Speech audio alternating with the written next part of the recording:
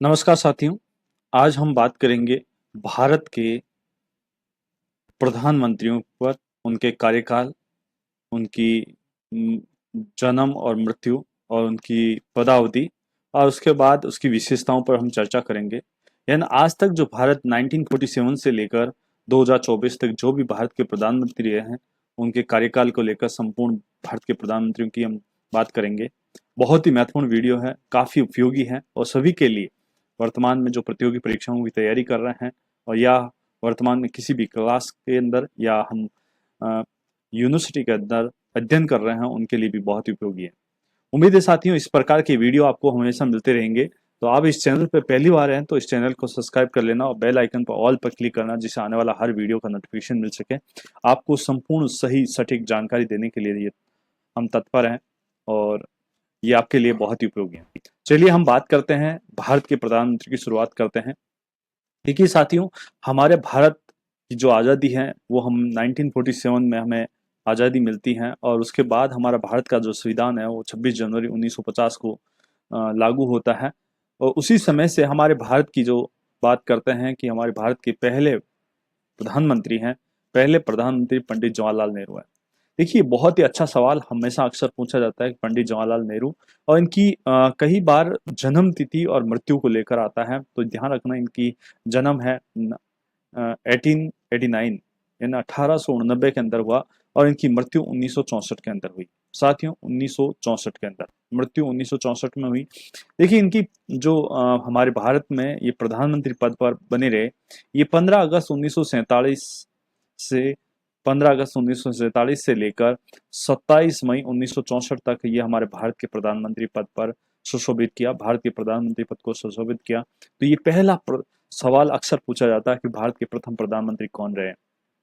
और इनका देखिए सबसे बहुत ही अच्छा लंबा कार्यकाल रहा, 16 वर्ष यानी 200 16 वर्ष और 200 यानी 286 दिन। कई बार यहाँ पर ये सवाल पूछा जाता है कि जवाहरलाल नेहरू का कितने वर्ष तक भारत के प्रधानमंत्री रहे हैं, तो 16 वर्ष तक रहे यानी 286 दिन भारत के 286 दिन ये भारत के प्रधानमंत्री पद पर रहे। ये भारत के प्रथम प्रधानमंत्री हैं। प्रथम प्रधानमंत्री बहुत ही अच्छा सवाल होता है और सबसे लंबे समय तक के प्रधानमंत्री पद पर रहने का प्रथम व्यक्ति का रिकॉर्ड इनके नाम है कि सबसे पहली बार और सबसे लंबे समय तक प्रधानमंत्री पद पर रहने का प्रथम व्यक्ति पंडित जवाहरलाल नेहरू को माना जाता है। अब देखिए साथियों, जब जवाहरलाल नेहरू भारत के पद पर रहते हुए मृत्यु हो जाती है तो उनके स्थान पर हमारे कार्यवाहक प्रधानमंत्री बनते हैं और कार्यवाहक प्रधानमंत्री के रूप में गुलजार लाल नंदा हमारे कार्यवाहक प्रधानमंत्री रहे। क्योंकि यहाँ पर देखिए गुलजार जो नंदा है उनका जो जन्म होता है वो 1898 में होता है और उनकी मृत्यु 1998 में होती है। ये 27 मई 1964 को, जब 27 मई को हमारे पंडित जवाहरलाल नेहरू की मृत्यु हो जाती है, उसके बाद 27 मई 1964 को गुलजारीलाल नंदा हमारे कार्यवाहक प्रधानमंत्री बनते हैं और ये 9 जून 1964 तक हमारे कार्यवाहक प्रधानमंत्री रहे। यानी कितने दिन? 13 दिन। भारत के प्रथम कार्यवाहक प्रधानमंत्री के अक्सर सवाल पूछा जाता है कि भारत का प्रथम कार्यवाहक प्रधानमंत्री कौन रहा। अब बहुत ही अगला महत्वपूर्ण भारत के प्रधानमंत्री लाल बहादुर शास्त्री। लाल बहादुर जो शास्त्री हैं, इनका जो जन्म है 1904 के अंदर होता है और इनकी मृत्यु 1966 में होती है। 1966 वही है जो आपको याद होगा साथियों, ताशकंद समझौता होता है और यहाँ ताशकंद समझौते के तुरंत बाद उनकी मृत्यु हो जाती है। तो साथियों यहाँ पर देखिए कि इनका जो भारत के प्रधानमंत्री पद को सुशोभित किया था इन्होंने 9 जून 1964 से लेकर 11 जनवरी 1966। इनका जो कार्यकाल रहा वो 1 वर्ष रहा, यानी 1 वर्ष यानी 216 दिन। ठीक है साथियों, उन्होंने 1965 में भारत पाक युद्ध हुआ। इनके कार्यकाल में भारत पाक युद्ध के दौरान यानी अपन बात करते हैं लाल बहादुर शास्त्री के समय 1964 में 1965 में ये भारत पाकिस्तान युद्ध हुआ और इन्होंने अपने भारतीय सेनाओं के जवानों को प्रोत्साहित करने के लिए जय जवान जय किसान का नारा दिया था। ये अक्सर आपने सवाल सुना होगा कि ये नारा किसने दिया, तो जय जवान जय किसान का नारा लाल बहादुर शास्त्री ने दिया। बहुत ही अच्छा सवाल है, बहुत ही महत्वपूर्ण सवाल। अगला सवाल बहुत ही अच्छा महत्वपूर्ण बात करते हैं कि जैसे ही लाल बहादुर शास्त्री की पद पर रहते हुए मृत्यु हो गई, जब 11 जनवरी 1966 को हमारे ताशकंद का समझौता हुआ था, उसी समय उसके बाद मृत्यु हो गई। तो उसके बाद हमारे फिर से कार्यवाहक प्रधानमंत्री के रूप में गुलजार लाल नंदा आए, और इनका जो जन्म है 1898 से 1998, और ये 11 जनवरी 1966 से 24 जनवरी 1966 तक फिर से 13 दिन के लिए फिर से ये कार्यवाहक प्रधानमंत्री पद को सुशोभित किया। उसके बाद साथियों यहाँ पर देखिए इंदिरा गांधी आती हैं, और इंदिरा गांधी भारत की प्रथम महिला प्रधानमंत्री है, प्रथम महिला प्रधानमंत्री है। इनके बारे में अक्सर सवाल पूछा जाता है कि भारत की प्रथम महिला प्रधानमंत्री कौन थी, तो यहाँ पर भारत की प्रथम महिला प्रधानमंत्री इंदिरा गांधी आती हैं, और इनका जन्म है 1917 में होता है, और इनकी मृत्यु 31 अक्टूबर 1984 को हो जाती है। ठीक है, 31 अक्टूबर 1984 को इनकी मृत्यु होती है साथियों। तो यहाँ पर देखिए ये भारत की प्रथम महिला प्रधानमंत्री है। ये 24 जनवरी 1966 से 24 मार्च 1977 तक रही। यहाँ पर देखिए प्रधान इंदिरा गांधी का जो कार्यकाल है वो 2 बार अलग अलग जगहों पर बताया गया है। तो ध्यान रखना यहाँ पर देखिए 24 जनवरी 1966 से 24 जनवरी 1966 से 24 मार्च 1977 तक इनका कार्यकाल रहा, यानी 11 वर्ष 59 डेज रहा, 11 वर्ष और 59 दिन इनका कार्यकाल रहा। ठीक है साथियों, अब बात करते हैं इनके बाद, इंदिरा गांधी के बाद हमारे अगले भारत के प्रधानमंत्री आते हैं मोरारजी देसाई। मोरारजी देसाई का जो जन्म हुआ 1896 में होता है, और उनकी मृत्यु 1995 के अंदर होती है, और ये हमारे भारत के प्रधानमंत्री बने थे। ये जनता पार्टी की सरकार से आते हैं। पहले हम बात करते हैं गैर कांग्रेसी प्रधानमंत्री बनते हैं, पहली बार भारत में गैर कांग्रेसी सरकार बनती है, और वो नेतृत्व बनता है मोरारजी देसाई के नेतृत्व में। यहाँ पर हमारा यहाँ बहुत ही महत्वपूर्ण सवाल कई बार अक्सर पूछा जाता है कि पहली बार गैर कांग्रेसी प्रधानमंत्री कौन थे, तो मोरारजी देसाई। ठीक है साथियों, और इनकी जो सरकार बनती है वो 24 मार्च 1977, यानी ये अपना पद का ग्रहण करते हैं 24 मार्च 1977 को से लेकर 28 जुलाई 1979 तक रहते हैं। इनका जो कार्यकाल है साथियों 2 वर्ष और 126 दिन का रहता है, 2 वर्ष 126 दिन का ये कार्यकाल रहता है। ये प्रधानमंत्री बनने वाले सबसे उम्र दराज व्यक्ति होते हैं, पहले व्यक्ति जो उम्र दराज होते हैं, 81 वर्ष की आयु में ये भारत के प्रधानमंत्री बनते हैं, और ये पद से इस्तीफा देने वाले प्रथम व्यक्ति हैं, यानी पद से इस्तीफा देने वाले भी पहले व्यक्ति कौन है, मोरारजी देसाई हैं। अब बात करते हैं साथियों चौधरी चरण सिंह। चौधरी चरण सिंह ये 1902 से 1987, 1902 से 1987, 1902 में इनका जन्म होता है, और 1987 में इनकी मृत्यु होती है। ये 28 जुलाई 1979 से 14 जनवरी 1980 तक रहते हैं चौधरी चरण सिंह, और इनका 170 दिन यहाँ पर इनका कार्यकाल रहता है, 170 दिन इनका कार्यकाल रहता है साथियों। और ये एकमात्र प्रधानमंत्री जिसने संसद का कभी सामना नहीं किया, यानी इनके सामने संसद की, यानी अपन कह सकते हैं संसद का कोई भी सत्र आयोजित नहीं हुआ। ये बिना संसद का सामना किए हुए अपने पद से इस्तीफा दे दिया। ये एकमात्र ऐसे भारत के प्रधानमंत्री हैं अभी तक जिसने बिना संसद का सामना किए ही चौधरी चरण सिंह अपना पद से इस्तीफा दे दिया, यानी 170 दिन। ध्यान रखना ये 28 जुलाई 1979 से 14 जनवरी 1980 तक रहे। उसके बाद फिर से हमारे भारत की प्रधानमंत्री इंदिरा गांधी बनती हैं, श्रीमती इंदिरा गांधी भारत की प्रधानमंत्री बनती हैं, और ये यहाँ पर 1917 से लेकर 1984 तक हमारे भारत के प्रधानमंत्री रहते हैं। और यहाँ पर देखिए 14 जनवरी 1980 से 31 अक्टूबर 1984 तक रहते हैं, यानी 4 वर्ष 291 दिन रहते हैं। और देखिए इनकी पद पर रहते उनकी हत्या हो जाती है। ये प्रथम महिला है जो दूसरे कार्यकाल के लिए बनी प्रधानमंत्री बनी, इंदिरा गांधी। ठीक है, ध्यान रखना इनका कार्यकाल बहुत ही महत्वपूर्ण होता है। 14 जनवरी 1980 से 31 अक्टूबर 1984, 4 वर्ष 291 दिन के लिए ये भारत की दूसरी बार प्रधानमंत्री बनने वाली महिला प्रधानमंत्री इंदिरा गांधी। अब बात करते हैं साथ ही यहाँ पर देखिए राजीव गांधी। राजीव गांधी का जन्म 1944 में होता है, और मृत्यु 1991 के अंदर होती है। यहाँ पर देखिए 31 अक्टूबर को जैसे इंदिरा गांधी की मृत्यु होती है उसके बाद पद को ये सुशोभित कर लेते हैं राजीव गांधी। 31 अक्टूबर 1984 से 2 दिसंबर 1989 तक ये रहते हैं। इनका जो कार्यकाल है वो 5 वर्ष और 32 दिन का होता है साथियों।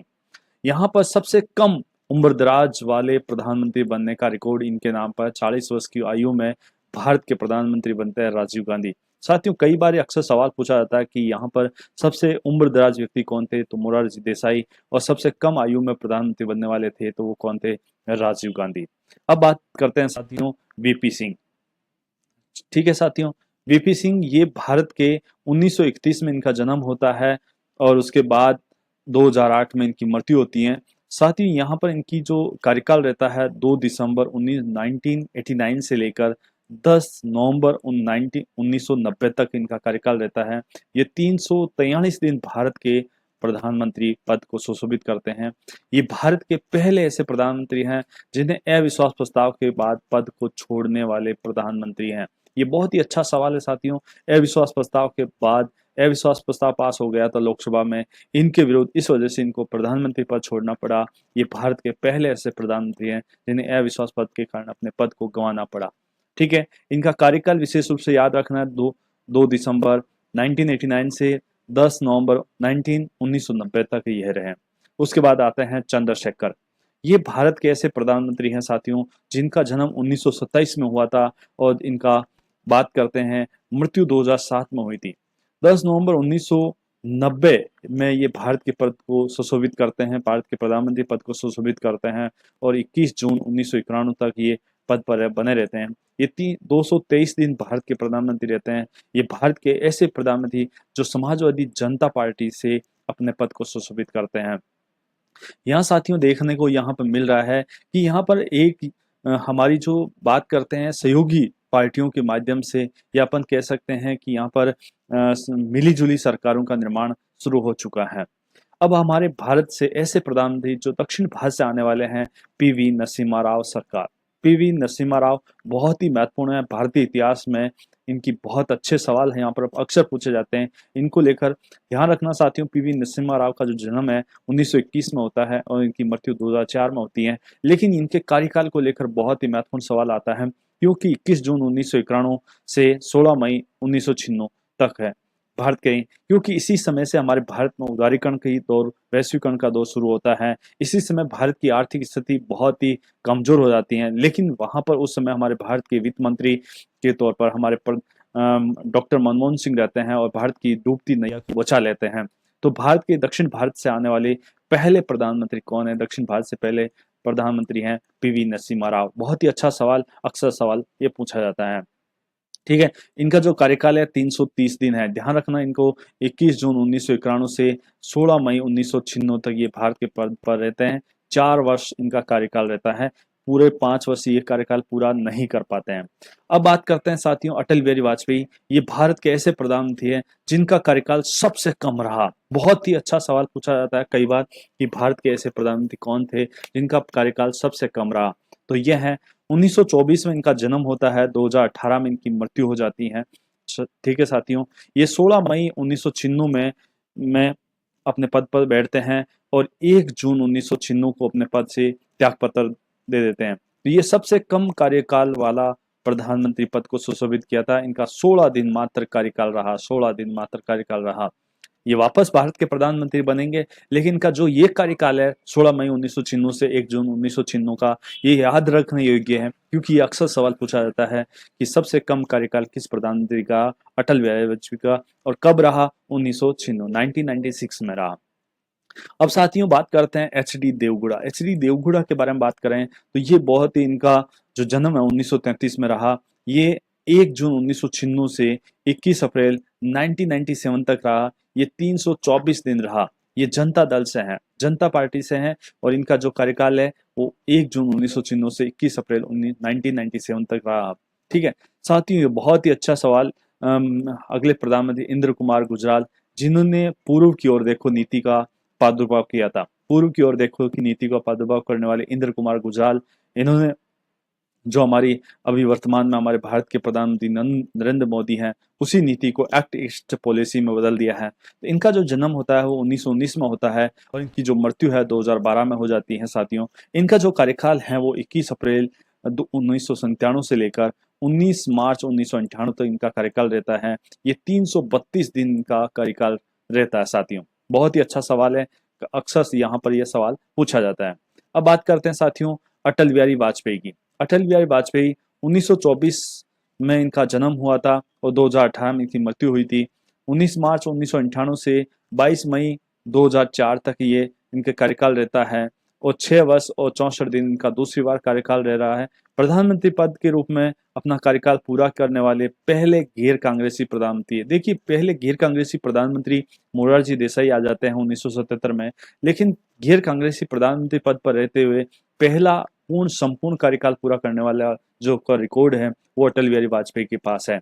और देखिए, ये भी रिकॉर्ड है कि 16 दिन का कार्यकाल रहा, वो भी अटल बिहारी वाजपेयी का रहा, वो 1996 में रहा। अब बात करते हैं साथियों मनमोहन सिंह, डॉक्टर मनमोहन सिंह। यहाँ पर देखिए, मनमोहन सिंह का जो जन्म है 1932 में होता है और ये 22 मई 2004 को ये भारत के प्रधानमंत्री पद को सुशोभित करते हैं और 26 मई 2014 तक ये भारत के प्रधानमंत्री रहते हैं।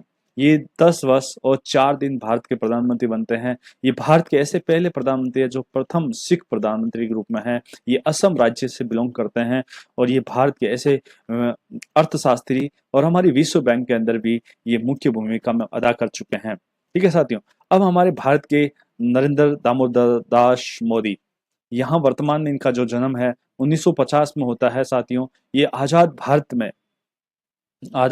में जन्म होने के बाद बनने वाले भारत के पहले प्रधानमंत्री 26 मई 2014 से लेकर 2019